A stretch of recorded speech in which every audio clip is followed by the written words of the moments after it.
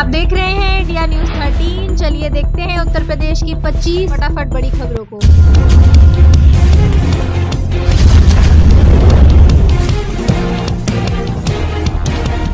मदरसा act पर supreme झटके के बाद योगी सरकार की पहली प्रतिक्रिया, जाने क्या कहा। सुप्रीम कोर्ट ने उत्तर प्रदेश मदरसा एक्ट की संवैधानिकता बरकरार रखी है। सुप्रीम कोर्ट के इस फैसले से योगी सरकार को बड़ा झटका लगा है। इस फैसले के बाद योगी सरकार की पहली प्रतिक्रिया आई है। यूपी मदरसा एक्ट के मामले में सुप्रीम कोर्ट के निर्णय पर मंत्री ओम प्रकाश राजभर ने कहा कि देश की सबसे बड़ी अदालत के फैसले का हम सम्मान करते हैं। सत्ता पक्ष हो या विपक्ष हो, न्यायालय के फैसले का सभी सम्मान करते हैं और हम भी सम्मान करते हैं। योगी सरकार में मंत्री दानिश आजाद अंसारी ने कहा, सुप्रीम कोर्ट का जो आज फैसला आया है उसके अनुरूप न्यायालय ने जो भी दिशा निर्देश दिए हैं उत्तर प्रदेश की योगी सरकार उसका पालन करेगी। उत्तर प्रदेश की योगी सरकार ने हमेशा मदरसा शिक्षा की बेहतरी के लिए मदरसा शिक्षा के माध्यम से जो मुस्लिम नौजवान हैं उन्हें अच्छी शिक्षा मिले, इस नियत से काम किया है। निश्चित तौर पर मदरसा शिक्षा की बेहतरी के लिए जो भी बातें आवश्यक होंगी, हमारी उत्तर प्रदेश की योगी सरकार उसका जरूर अनुसरण करेगी।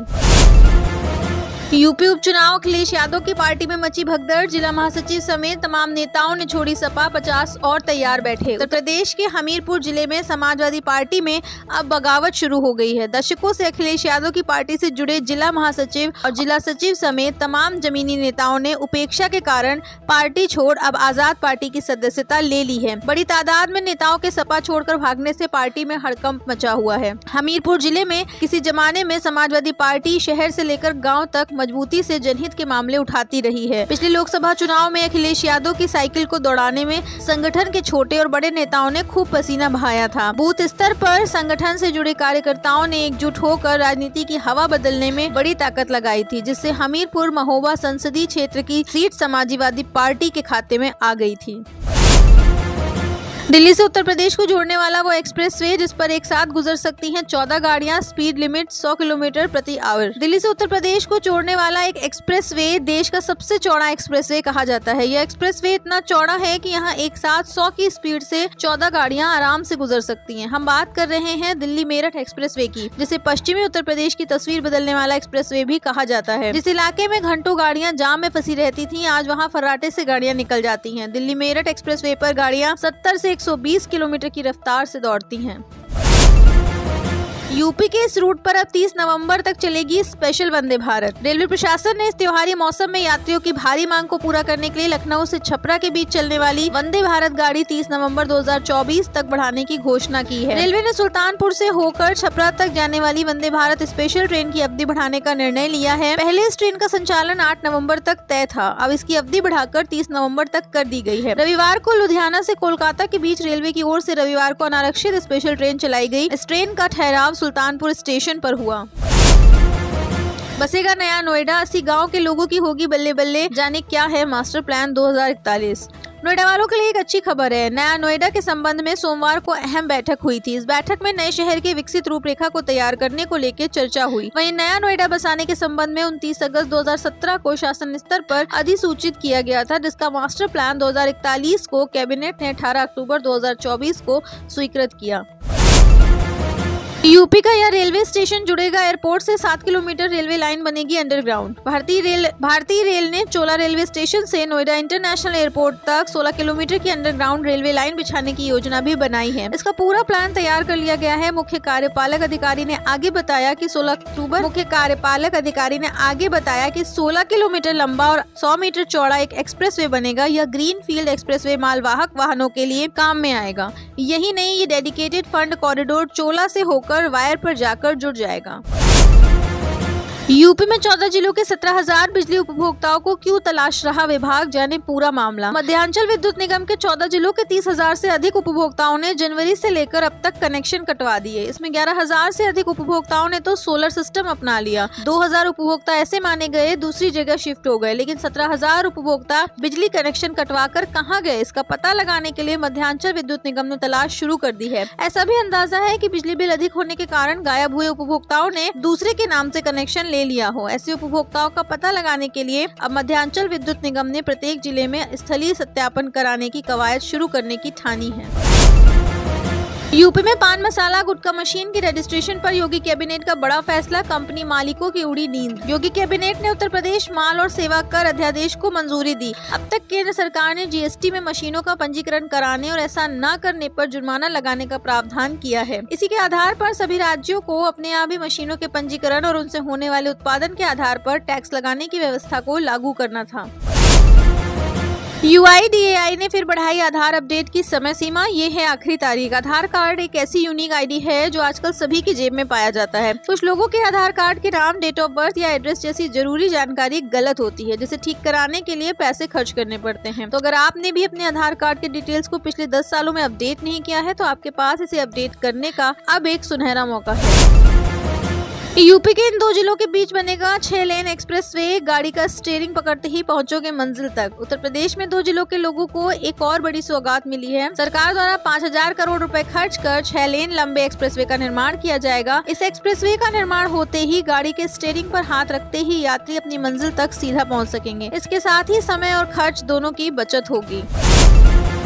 घर बैठे ऐसे चेक करें अपने राशन कार्ड KYC का स्टेटस, जाने कौन कौन होगा राशन लाभ से बाहर। राशन कार्ड हर परिवार के लिए एक महत्वपूर्ण दस्तावेज है जिससे वह सरकारी योजनाओं का लाभ प्राप्त कर सकता है। हाल ही में सभी राज्यों के खाद्य सुरक्षा विभाग ने राशन कार्ड धारकों के लिए KYC को अनिवार्य कर दिया है। यह कदम इसलिए उठाया गया है ताकि फर्जी लाभार्थियों को योजना से बाहर रखा जा सके और यह सुनिश्चित किया जा सके कि सही लाभार्थी को ही लाभ मिले। जो लोग अपने राशन कार्ड की KYC पहले ही करवा चुके हैं उन्हें अब अपना राशन कार्ड KYC स्टेटस अवश्य चेक करना चाहिए। में हम आपको बताएंगे कि कैसे आप घर बैठे अपने मोबाइल या लैपटॉप से राशन कार्ड KYC का स्टेटस चेक कर सकते हैं।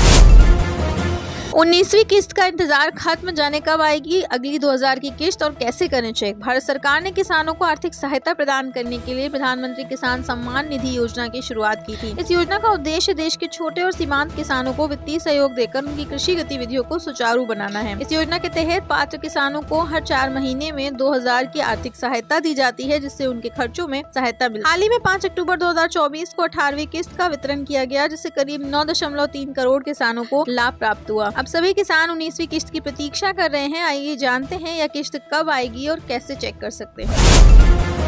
गायिका शारदा सिन्हा नहीं रही छठ के पहले व्रत, नहाए खाए के दिन निधन। मशहूर गायिका शारदा सिन्हा का निधन हो गया है। शारदा सिन्हा बीमार थीं और दिल्ली के एम्स में उनका इलाज चल रहा था। 72 साल की उम्र में उन्होंने आखिरी सांस। बेटे अंशुमन सिन्हा ने फेसबुक पोस्ट कर मां शारदा सिन्हा के निधन की जानकारी दी है। महापर्व के गीत गाकर मशहूर हुई शारदा सिन्हा का निधन छठ पूजा के ही पहले व्रत यानी नहाए खाए के दिन हुआ है। इससे पहले सोमवार को शारदा सिन्हा के बेटे अंशुमन सिन्हा ने अपने फेसबुक पर अपनी मां के स्वास्थ्य की जानकारी देते हुए लिखा था, शारदा सिन्हा मां कुछ देर पहले वेंटिलेटर पर चली गई हैं। यह खबर इस बार सच है, प्रार्थनाओं और दुआओं की बहुत जरूरत है।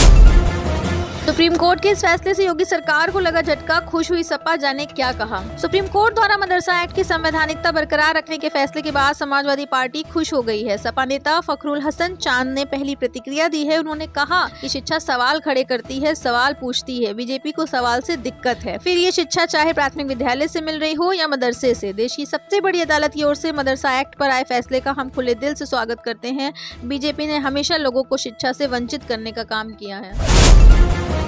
15 नवंबर तक पूरा हो जाएगा बेगम बाजार रेल पुल का काम, जाम से मिलेगी राहत। लंबे इंतजार के बाद आखिरकार बेगम बाजार रेल पुल पर यातायात शुरू होने का समय नजदीक आ गया है। सेतु का निर्माण अंतिम पड़ाव पर है। ऐसे में सेतु निगम का दावा है कि 15 नवंबर से पुल पर यातायात शुरू कर दिया जाएगा। इस सेतु का निर्माण कार्य लगभग पूरा हो चुका है, बस मगर मौसम की वजह से थोड़ा सा विलम्ब हो रहा है, जिसके चलते अब यह पुल अगले 11 दिनों के बाद यातायात के लिए उपलब्ध रहे। पुल के शुरू होने से लोगों को जाम के झाम से निजात मिलेगी।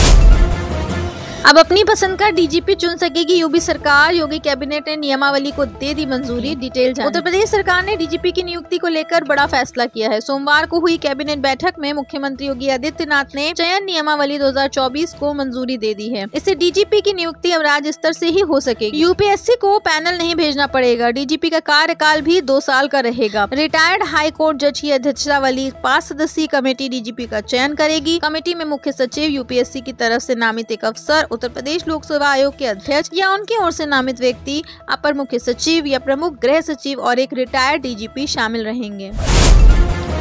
गजब है उत्तर प्रदेश का ये बहरूपिया डाकिया, चिट्ठी देकर उड़ा देता है सबके होश। जिले के सुरेश कुमार पिछले 40 सालों से एक अनोखे अंदाज में चिट्ठियां बांटने का काम कर रहे हैं, लेकिन ये चिट्ठियां असल में संदेश नहीं बल्कि लोगों के चेहरे पर मुस्कान लाने का जरिया है। सुरेश कुमार ने बताया कि उनके परिवार में यह काम दादा परदादा के जमाने से चला आ रहा है। पहले उनके पूर्वज अंग्रेजों की चिट्ठियां पहुंचाते थे और अब सुरेश खुद को बहरूपिया डाकिया के रूप में पेश करते हुए लोगों का मनोरंजन करते हैं। इसी खुशी के बदले में लोग जो भी उन्हें दे देते हैं उसी से उनके परिवार का गुजारा चलता है। ठंड को लेकर मौसम विभाग का अलर्ट, इस दिन से पहनने लगेंगे स्वेटर, होगी बारिश। उत्तर भारत समेत कई राज्यों में अब ठंड का असर होने लगा है। सुबह और शाम को तापमान भी गिरता जा रहा है। वहीं अब नवंबर का महीना शुरू हो गया है तो ठंड भी पड़ेगी। सुबह सुबह और रात में ठंड का एहसास भी होने लगा है। इसको लेकर मौसम विभाग ने अलर्ट जारी किया है। विभाग ने कहा कि उत्तर भारत में अब ठंड धीरे धीरे अपने पैर पसारेगी। सुबह और शाम की बात करें तो गुलाबी सर्दी ने दस्तक देना शुरू कर दिया है। क्या बीजेपी में शामिल होंगे नवजोत सिंह सिद्धू? पत्नी और बेटी ने की इस भाजपा नेता से मुलाकात। नवजोत सिंह सिद्धू की पत्नी डॉक्टर नवजोत कौर ने भाजपा नेता तरनजीत सिंह संधू से मुलाकात की, जिससे राजनीतिक गलियारों में चर्चाओं का बाजार गर्म हो गया है। बता दें कि नवजोत सिंह सिद्धू भाजपा से इस्तीफा देकर कांग्रेस में शामिल हुए थे। इस मुलाकात के बाद कयास लगा रहे हैं कि क्या सिद्धू दंपति एक बार फिर भाजपा में शामिल होने की तैयारी में है। बस 4 दिन और फिर डबल डेकर बस में करें सफर। जानिए लखनऊ में कहां से कहां तक चलेगी, क्या होगा न्यूनतम किराया। छठ के बाद शहरवासियों को डबल डेकर एसी ई बस में सफर का मौका मिलेगा। मुंबई से लखनऊ पहुंची 65 सीटर डबल डेकर बस का संचालन 9 नवंबर को गोमती नगर स्थित यूपी दर्शन पार्क के पास सीएम योगी आदित्यनाथ हरी झंडी दिखाकर शुरू कर सकते हैं। नगरीय परिवहन निदेशालय की तरफ से सीएम से समय मांगा गया है। इस बीच संचालन के लिए नगर निगम लेसा और पीडब्ल्यूडी से रूट क्लियरेंस मिल गया है। शुरुआती दौर पर कमता तिराहे से शहीद पद होते हुए अमौसी मोड़ यानी 2 नंबर बगिया तक बसों का संचालन होगा। पूरे रूट पर 3 बार ट्रायल रन भी हो चुका है। वहीं माह के अंत तक दूसरे रूट यानी दुबग्गा से कमतवाया, IIM, टेढ़ी पुलिया, मुंशी पुलिया, रिंग रोड होकर पॉलिटेक्निक चौराहे तक संचालन की योजना है। यूपी में ब्लॉक प्रमुख बने प्रभु श्री राम बकायदा कुर्सी पर विराजमान होकर चला रहे सिस्टम। राजनीति में हर कोई ऊंचा पद या कुर्सी पाने की होड़ में जुटा हुआ है, भले ही पद गांव के प्रधान या ब्लॉक प्रमुख का ही क्यों न हो। लोग कुर्सी पाने के लिए जी तोड़ मेहनत करते हैं, उस कुर्सी पर बैठने के लिए ललायित रहते हैं। इसके लिए चुनाव में लाखों करोड़ों रुपए तक खर्च कर देते हैं। लेकिन यूपी के प्रतापगढ़ जिले की एक ऐसी तस्वीर सामने आई है जहाँ चुनाव जीतने के बाद भी ब्लॉक प्रमुख कुर्सी पर बैठने को तैयार नहीं। पिछले 3 साल से श्री राम जी इस कुर्सी पर विराजमान है। यही वजह है कि अब पूरा ब्लॉक भगवान राम के भरोसे है। ये बात सुनकर आपको हैरानी हो रही होगी, लेकिन ये सच है। यहाँ निर्वाचित ब्लॉक प्रमुख ने इस पद की कुर्सी पर न बैठने का फैसला लिया है। बिना परीक्षा आधार में मिलेगी नौकरी, इतनी मिलेगी सैलरी। अप्लाई करने की लास्ट डेट नजदीक। आधार में जॉब पाने के इच्छुक युवाओं के लिए अच्छी खबर है। UIDAI ने अपने हैदराबाद क्षेत्रीय कार्यालय में डिप्टी डायरेक्टर और सीनियर अकाउंट ऑफिसर के पदों के लिए भर्तियां निकाली हैं। इन पदों पर आवेदन करने के लिए योग्य एवं इच्छुक अभ्यर्थी UIDAI की आधिकारिक वेबसाइट पर जाकर आवेदन कर सकते हैं। इसके लिए आवेदन प्रक्रिया शुरू हो चुकी है। इसमें अप्लाई करने की अंतिम तारीख 24 दिसंबर है। बुजुर्गों के लिए गुड न्यूज, आयुष्मान भारत योजना का गाजियाबाद के हजारों लोगों को मिल सकता है लाभ। आयुष्मान भारत योजना के लाभार्थियों के लिए गुड न्यूज है। 70 साल से अधिक उम्र के बुजुर्ग भी अब आयुष्मान योजना में गोल्डन कार्ड बनवा सकते हैं। अनुमान लगाया जा रहा है कि गाजियाबाद जनपद में करीब 20,000 बुजुर्गों को योजना का लाभ मिल सकता है।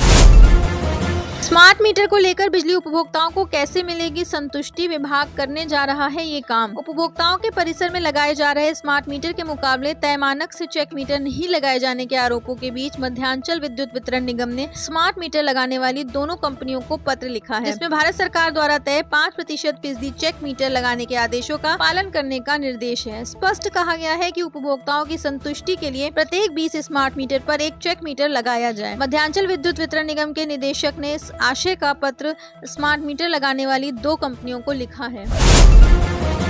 यूपी के इन युवाओं को दिए जाएंगे टैबलेट और स्मार्टफोन, सीएम योगी ने अफसरों को दिए निर्देश। मुख्यमंत्री योगी आदित्यनाथ ने अफसरों को निर्देश दिए हैं कि स्वामी विवेकानंद युवा सशक्तिकरण योजना के तहत युवाओं को टैबलेट स्मार्टफोन वितरित किए जाने की कार्यवाही तेज करें। इन टैबलेट स्मार्टफोन में सरकार के लोक कल्याणकारी योजनाओं कार्यक्रमों की जानकारी उपलब्ध होनी चाहिए। मुख्यमंत्री ने मंगलवार को एक उच्च स्तरीय बैठक में वित्तीय वर्ष 2024-25 में बजट प्रावधान के सापेक्ष शासन द्वारा जारी स्वीकृतियों, विभागाध्यक्ष द्वारा आवंटित धनराशि, व्यय तथा भारत सरकार से लक्ष्य के सापेक्ष प्राप्त धनराशि की अद्यतन स्थिति की समीक्षा की।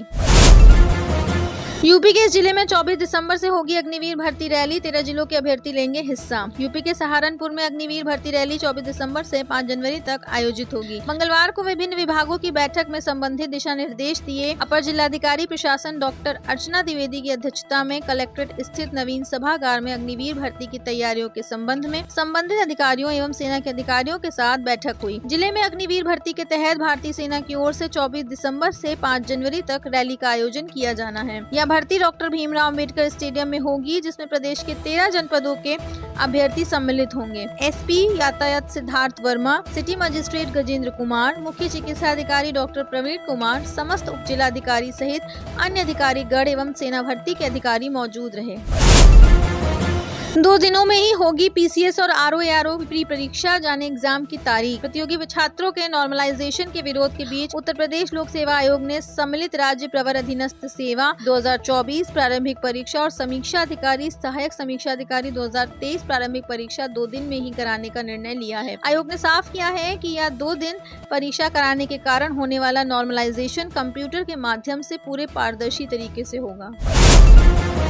गोरखपुर, मऊ, भदोही, अलीगढ़ समेत यूपी के 11 जिलों में होगा ये काम। दूसरे देशों पर नहीं होना पड़ेगा निर्भर। उत्तर प्रदेश को टेक्सटाइल हब बनाने के लिए 11 नए निजी टेक्सटाइल पार्क बनाए जाएंगे। यह टेक्सटाइल पार्क गोरखपुर, मऊ, भदोही, अलीगढ़, बागपत और शामली आदि जिलों में बनाए जाएंगे। इससे चीन सहित अन्य देशों या दूसरे प्रदेशों से यूपी को रॉ मटेरियल आदि मंगाने के लिए निर्भर नहीं होना पड़ेगा। शामली जिले में 726 करोड़ की लागत से प्रदेश का पहला निजी टेक्सटाइल पार्क स्थापित किया जाएगा। प्रमुख सचिव हथकरघा एवं वस्त्र उद्योग आलोक कुमार ने बताया कि प्रदेश में 11 निजी टेक्सटाइल पार्क की स्थापना से रॉ मटेरियल से लेकर विभिन्न वस्त्र आदि बनाए जाएंगे। बजट की कमी नहीं, परियोजनाओं की गुणवत्ता करें सुनिश्चित, सीएम योगी ने तय की मंत्रियों की जवाबदेही। उत्तर प्रदेश के मुख्यमंत्री योगी आदित्यनाथ ने विभागीय बजट व्यय की समीक्षा के लिए सभी विभागों को निर्देश दिया है। उन्होंने कहा कि जिन विभागों में 55% से कम खर्च हुआ है, वहां संबंधित मंत्री विभागीय स्थिति की समीक्षा करें। मुख्यमंत्री ने जनहित के विकास कार्यों में तेजी, परियोजना की गुणवत्ता और समयबद्धता सुनिश्चित करने के निर्देश दिए हैं। आप देख रहे हैं इंडिया न्यूज 13, मतलब भारत की आवाज।